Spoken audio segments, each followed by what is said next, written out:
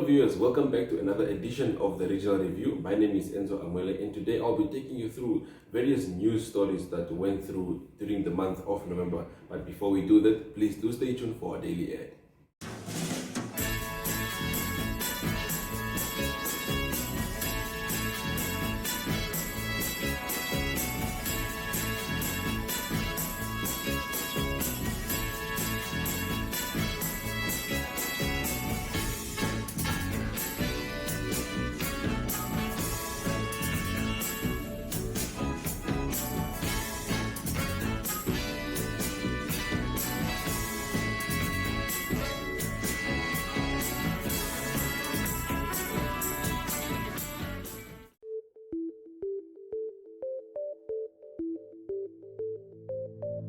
NMH Ad 1 brings you news from all across Namibia. If you would like to feature your brand or campaign on this platform, contact nmh1@synergy.com.na. NMH Ad 1, your lunchtime news companion.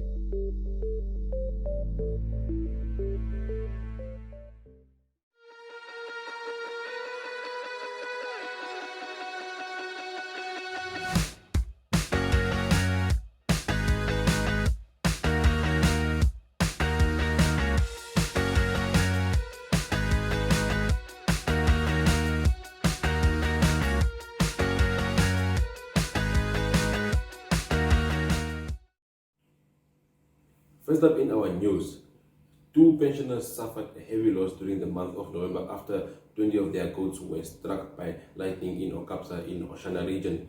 This comes after heavy thunderstorms and lightning in the area. And Frida Nepando explains how it happened, and they are also seeking for good Samaritans to help them with anything they can.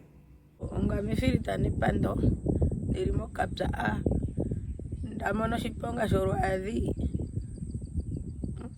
mesukwe kupenugeti tano kwa matango mbadhi adhi manga kwa matango taifareri komba yanje aije yo olongo ni tatu aizo damono ruhepo ya shimi kombo mandi hupire kwa kwaru kombo juu yali anje kishikucho teni ingini shaso ponda mono no kapenze ro ponda adha mo penze andina ndu yolongo megumbo nute kurumbuso na keshi kucha tandi kwa swangini ke pangero pamweta ya mbidida nyenga sakali ashiyanga pokapsa na nota de la table poco koradi lo kwatapiko mbetu monye ili no kukuda kushinda ya to ili mwili khayali kushinda kufilita mabode ili ijolongo ni tatu Kombo mona shatu irumento ya linu kintu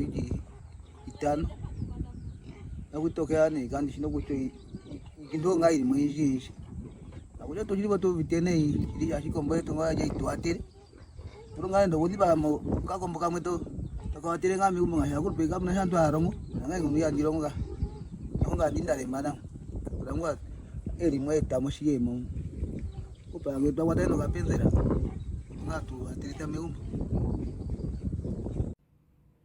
Residents of Onehanga village in Okongo area took it upon themselves to construct a 7-kilometer gravel road after numerous attempts of getting assistance from the government. My name is Dragon Kamati. I'm a resident of Onehanga. This initiative, we come up with this idea of constructing where we can on our road as a resident of Onehanga.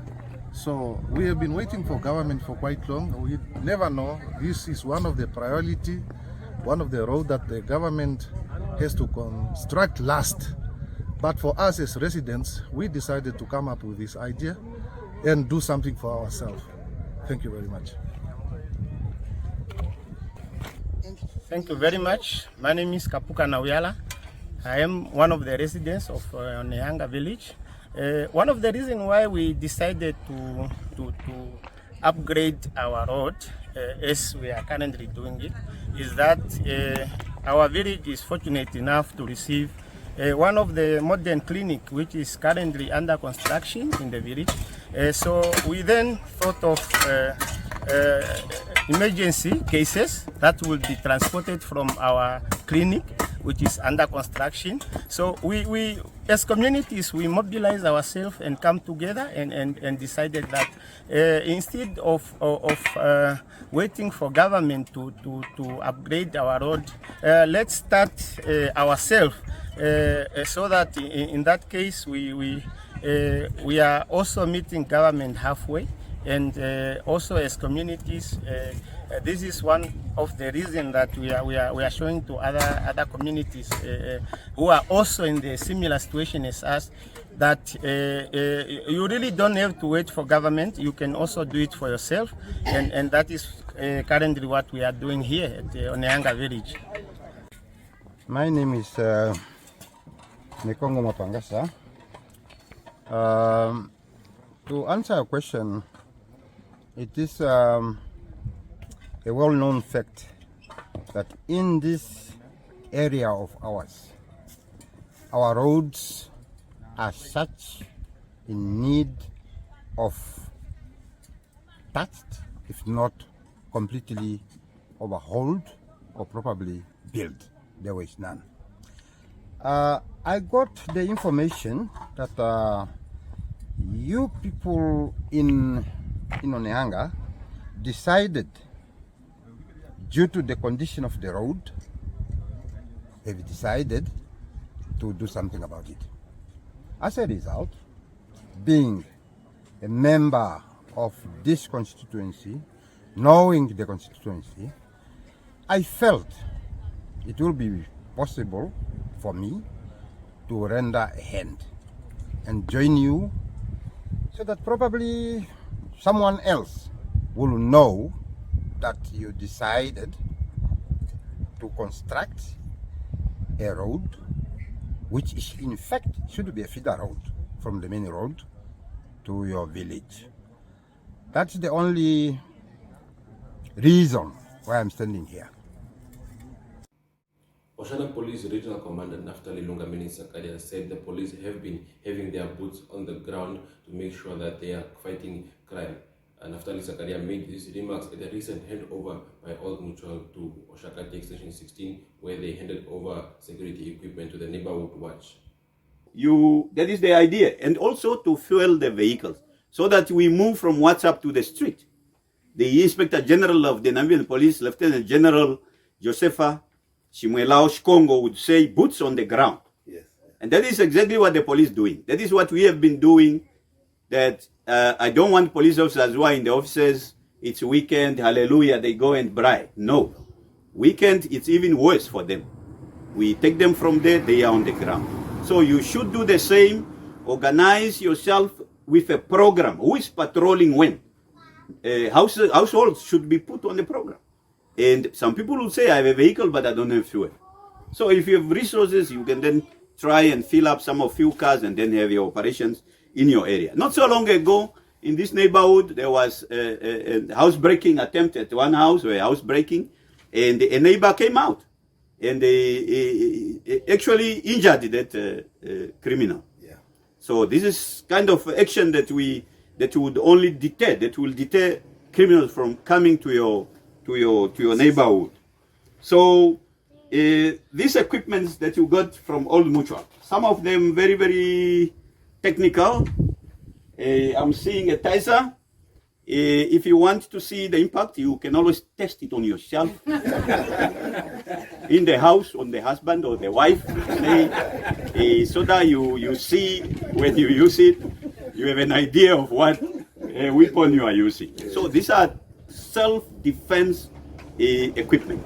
When you are under threat, do not hesitate. It is very effective. So you can use the Taser when you are under threat or your colleague is under threat. Because when you are patrolling and you come across criminals who are looting somewhere or breaking into some places, they will try to charge at you at time. Hango Iyambo from Ondangwa lost his plot dubiously after failing to put up a structure. This is according to the town's CEO, but Hango still claims that he had put a structure, but however, his plot was given away to someone else. He narrates how it happened. My name is Hango Pietrus. I staying in Wandangwa. I was given a plot from town council at the Onansi area. Later, I developed my plot. I put the fence, sharks, and everything. Then later, I find my properties. I don't know where is my property going on. So now, later I find the Ondangwa town council, they changing my product to give it to another person. So now when I'm asking my property, they not want to give me the straight answer. Now I ask a help to mayor, to CO to give me back my property.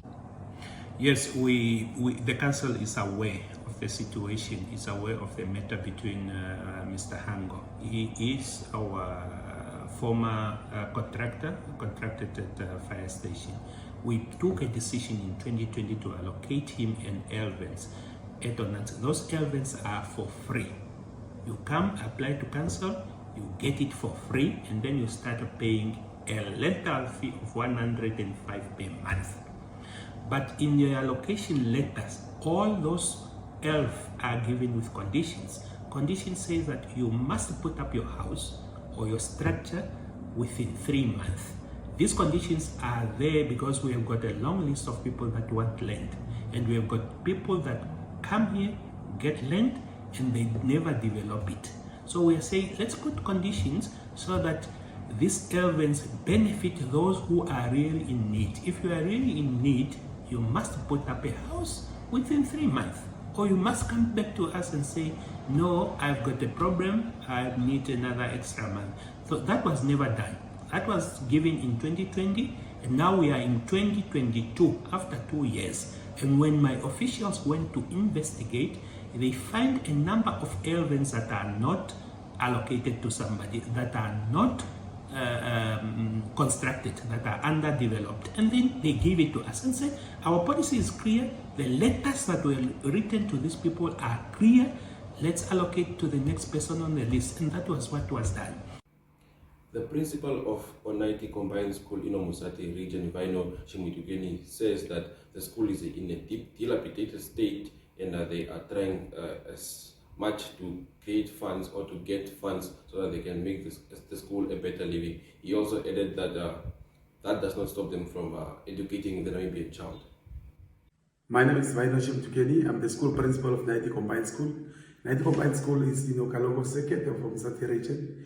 And our school is in a very, very dilapidated situation. As you can see what happened here. Today we had an inauguration of the school patron, and the director of education was also here. He has also acknowledged that the school is in a serious overhaul. So probably the directorate and the ministry will also intervene and to see how best they can assist us in order to have our resources back. My name is Mr. Benny Isep, the regional director of Musati region, the region of excellence. We are here at Naiti Combined School, inauguration of the school patron, and we went through, as a director, I went through the school just to inspect the buildings and the condition of the school. I must say it's not satisfactory, but luckily we have got an annual procurement plan where we have listed schools which must be constructed and schools which must be renovated, and luckily this school is also part of the schools which must be, or which will be renovated for this financial and academic year. We also welcome the friends in education like Pupkevitz and the others who are also assisting the government in the improvement of the quality of the buildings as well as education in the region. Naiti is one of the 300 schools in the region. And mind you, the budget we are receiving is not enough to cater for all schools, but slowly but surely we'll get there in order to renovate all the schools and hostels in the region. Ndangwa Town Council employees held a peaceful demonstration demanding a salary increment earlier this month.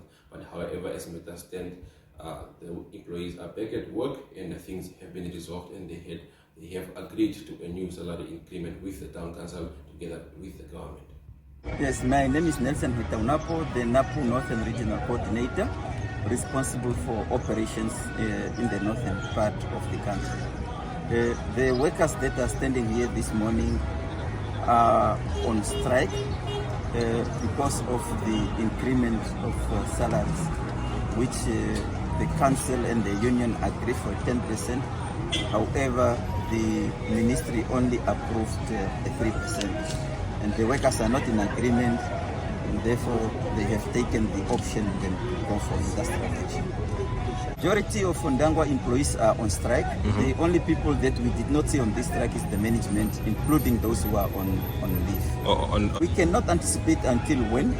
We are still waiting for the management to call us for engagement, and once we are engaged and we are happy with the offer, the strike will end. The Church of Jesus Christ Latter Saints, they donated medical equipment worth 2.9 million to Onanjope Intermediate Hospital. This equipment is to help improve health services at the hospital, particularly the maternity ward. The hospital offers maternity services to about 700 mothers in a month. Main funder of public health care services in the country, and stakeholders that can be our development cooperation partners, other governments from other parts of the world, the private sector, or as we have today, a church supporting the provision of public health care services. And I'm also giving that background to demonstrate that this hospital has been quite fortunate in terms of receiving this support from various stakeholders. So I stand before you here today with great joy at this hospital. Through you and through our distinguished guest here, let me inform you that the funding for the humanitarian efforts that is provided by our church, like this one, comes from individual church members.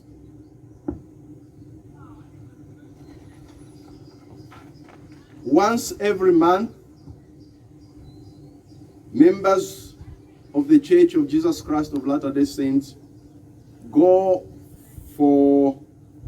without food for 2 consecutive meals and give generously the money they would have spent on food to their bishops for humanitarian and other services. Viewers, that brings us to the end of our news segment. Now we head over to our interview with Dr. Sad. He's the Chief Medical Officer of Onanjope Intermediate Hospital. He shares with us some of the challenges they face as a hospital and also talk about what the ultrasound machine does.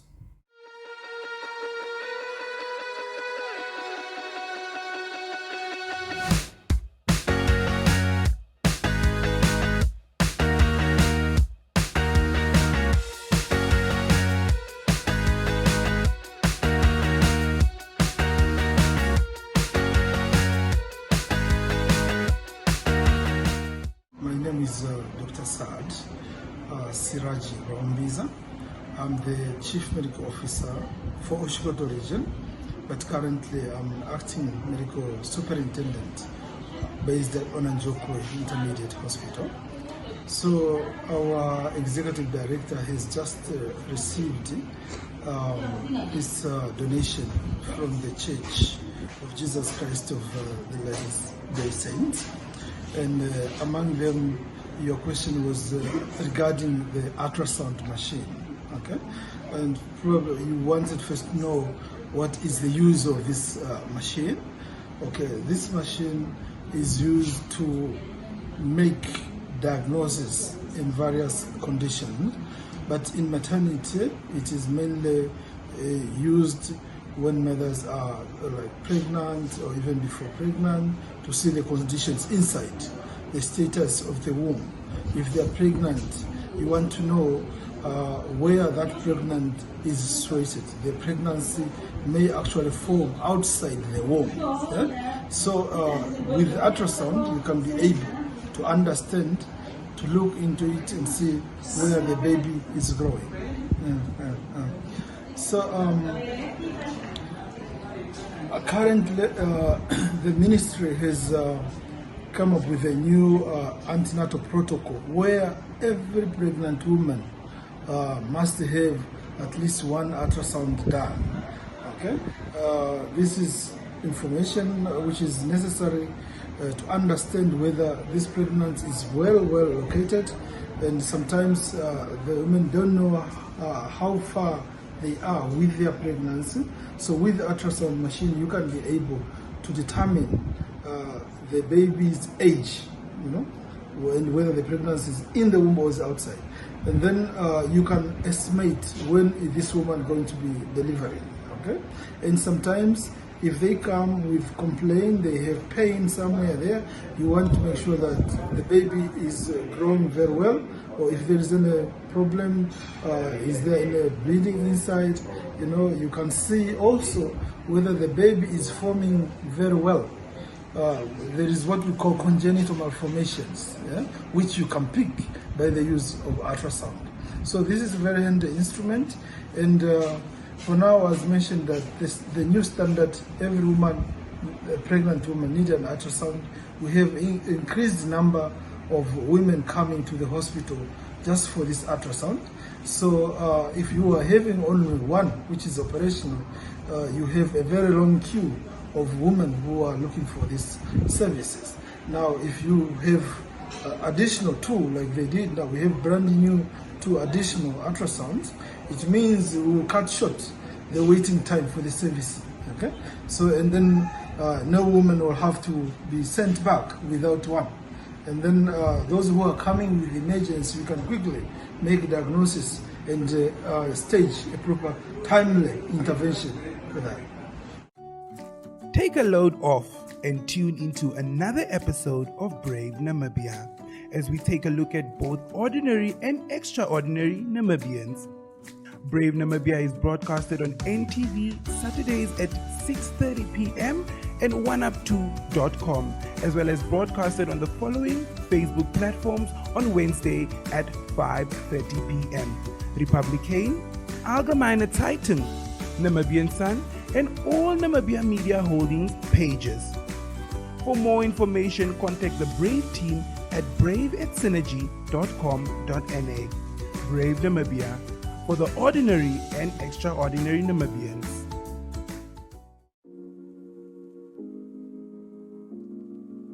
Chill Sessions is an entertainment show that brings you the latest hit, fashion, and entertainment news.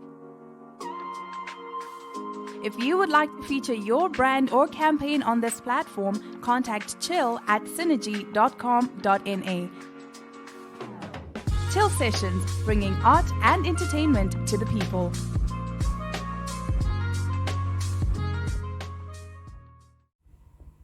Well, that was the end of our interview, and that also means it's the end of our show here today. Thank you guys for tuning in, and please do make sure to stay connected to all our NMH channels.